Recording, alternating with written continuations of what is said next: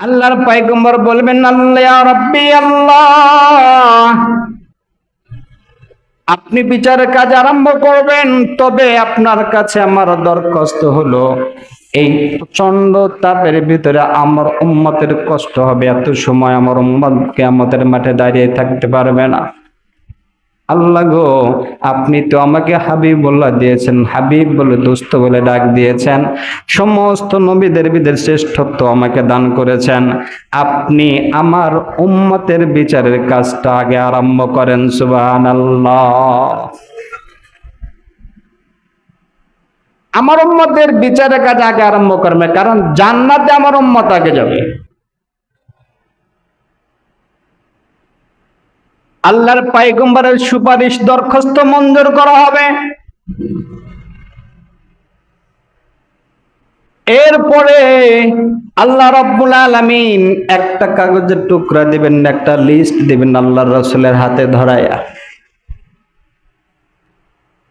এইটা দিয়ে বলবেন, জাহান্নামের ভিতরে যেই দারোয়ান আছে, মালিক ফেরেশতা, এইটা নিয়ে আপনি তার কাছে দিয়ে দেন। আল্লাহর পয়গম্বর এই কাগজটা নিয়ে মালিক ফেরেশতার কাছে যখন দেবেন, তিনি এটা পড়বেন না, মালিক ফেরেশতাকে বলতে থাকবেন, ভাই আব্দুল মালিক, এই যে কাগজের ভিতরে জানি না আমার আল্লাহ তাআলা কি লিখে রাখছে, আমি তো আমার উম্মতের জন্য, মরদের সুপারিশের জন্য, জান্নাতে নেওয়ার জন্য আল্লাহর কাছে দরখাস্ত করেছিলাম। এর বিনিময়ে আল্লাহ রাব্বুল আলামিন কাগজটা ধরাই দিয়েছে, বলো এর ভিতরে কি লিখে রাখছে আল্লাহ। মালিক ফেরেশতা বলতে থাকবেন, হাবিবুল্লাহ, আল্লাহর হাবিব, আল্লাহ তাআলা আপনার উম্মতের জন্য যা দিয়েছে এর চাইতে উত্তম প্রতিদান আল্লাহ তাআলা আপনাকে দিতে চাই। বলেন সুবহানাল্লাহ। কি প্রতিদান? মালাকুল দারওয়ান, জাহান্নামের দারওয়ানে মালিক ফেরেশতা বলতে থাকবে, আপনি চাইতেছেন না আপনার উম্মত আগে জান্নাতে যাক, কারণ আপনি আল্লাহর দরবারে সুপারিশ করেছেন একটা গুনাহগার বান্দা, একটা গুনাহগার উম্মত ওই জায়গায় থাকতে তারা জাহান্নামে যাবে, আমি রাসূল তাদেরকে রেখে কখনো জান্নাতে যেতে পারবো না। এটা আপনি দরখাস্ত করেছেন না, কিন্তু আল্লাহর চাহিদা কি? আল্লাহ তাআলা বলতেছেন, হাবিবুল্লাহ, আপনাকে দিয়ে তো আল্লাহ তাআলা জান্নাতের উদ্বোধন করাবেন। সুবহানাল্লাহ। জান্নাতের উদ্বোধন করাবেন আপনাকে দিয়ে, আর আপনি চাচ্ছেন না আপনার উম্মত যেন জান্নাতে আগে যায়। সুবহানাল্লাহ। এমন দয়ার নবী, মায়ের নবী আমরা পেয়েছি।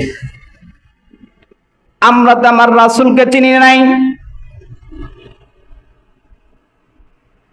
আপনি যদি স্বভাব চরিত্রের দিক দিয়ে মানুষ আপনি নেতা চয়ন করেন, নির্বাচন করেন, আমার রাসূলের চাইতে শ্রেষ্ঠ কোন স্বভাব চরিত্রের মানুষ আপনি দুনিয়ার জমিনে খুঁজে পাবেন না ইতিহাসে।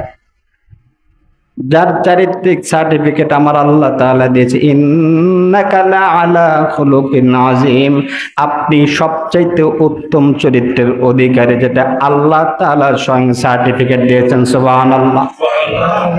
এমন স্বভাব চরিত্রের দিক দিয়ে যদি আপনি খোঁজেন, নেতা নির্বাচন করেন, আমার রাসূলুল্লাহর চাইতে নেতা আপনি খুঁজে পাবেন না।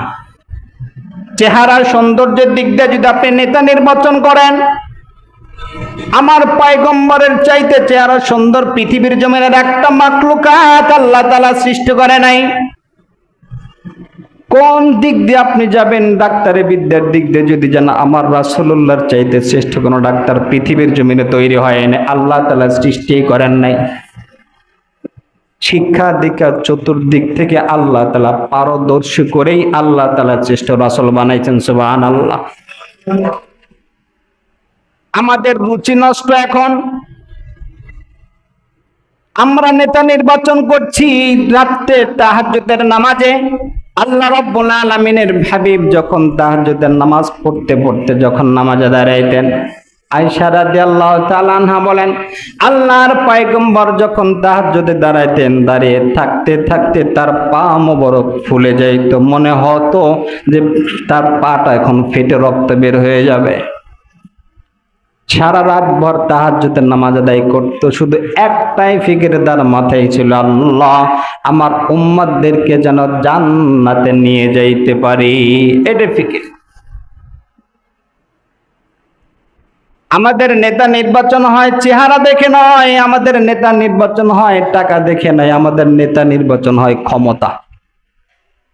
মোহাব্বত নাই, লক্ষ লক্ষ কোটি কোটি টাকা যেই জায়গাতে আমার আপনার পয়গম্বর যাকে আমাদের নেতা মানা দরকার, উনি রাত্রিতে তাহাজ্জুদ পড়ে পড়ে নিজের পা মোবারক ফুলে ফেলেছে, আর আমাদের নেতা নির্বাচন করি তাহাজ্জুদের নামাজ ফাঁকি দিয়ে দেশের হাজার হাজার কোটি বিলিয়ন ডলার এইগুলা দেশের টাকা অন্য দেশে পাচার করে মারে খাইতেছে। কথা বলেন ঠিক কিনা? এদেরকে নেতা মানছি আমি। স্বভাব চরিত্র আমাদের এমন, যেই জায়গাতে স্বভাব চরিত্রের সার্টিফিকেট আল্লাহ রাব্বুল আলামিন তার হাবিবকে দিয়েছেন, আমরা নিজেকে মুসলমান দাবি করি, উম্মতে মুহাম্মদ হিসেবে দাবি করি। আমাদের নেতা হওয়া দরকার ছিল আমার আপনার পয়গম্বর।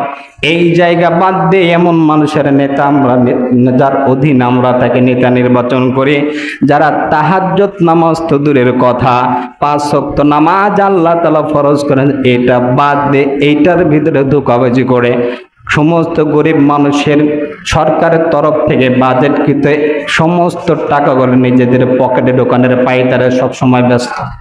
এদেরকে নেতা বানাচ্ছি আমরা।